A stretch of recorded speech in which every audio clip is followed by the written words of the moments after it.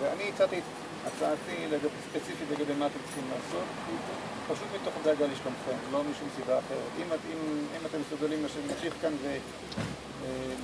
ולנהל שגרה, יכול להיות שאפשר להמשיך, אבל נראה לי שהרווח השולי הוא כבר לא מצדיק את הסבל ואת הפגיעה בבריאות שלכם.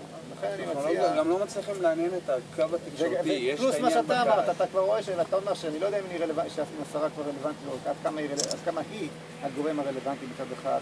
התקשורת כבר תקלה את העניין הזה. לפעמים, אתה יודע, רצו ושוב, לתת מכה כל יום שישי וללכת יכול להיות יותר אפקטיבי. אני מציע לכם, בשלב הזה, לשקול עם עצמכם את הנושא הזה. ומעבר לכם, לכך שיתפתי אתכם במחשבות שלי, לאן צריך ללכת מכאן. תראו, אני הגשתי הצעת חוק מאוד פשוטה שאומרת שברגע שהרופא המטפל, הרופא מומחה, ממליץ, אז לתת, וזהו זה. וכל ההתנהלות דרך הרופא משפחה בעצם, כדי למנוע את כל הבירוקרטיה. ההצעה היא מאוד פשוטה. מכיוון שאני חלק מהקואליציה, ההצעה צריכה להגיע לוועדת שרים, זה תהליך יותר ארוך, אבל אם היא עוברת לוועדת שרים, אז הסיכוי שהחקיקה תעבור הוא יותר רחב. הסיכוי הוא לא גדול.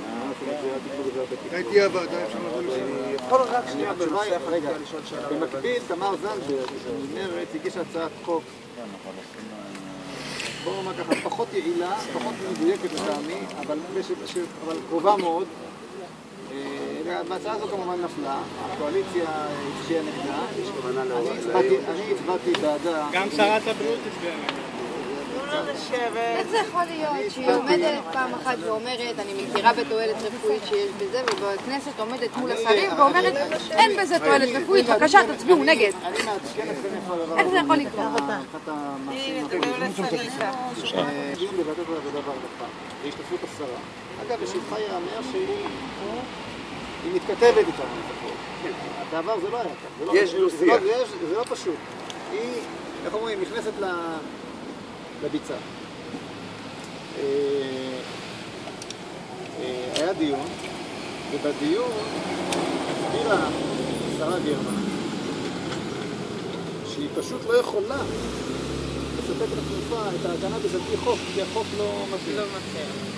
אז אמרתי לה, אם כך אני מקווה שמשרד הבריאות, שאת תנחי את אנשייך לתמוך בהצעת החוק שהגשתי,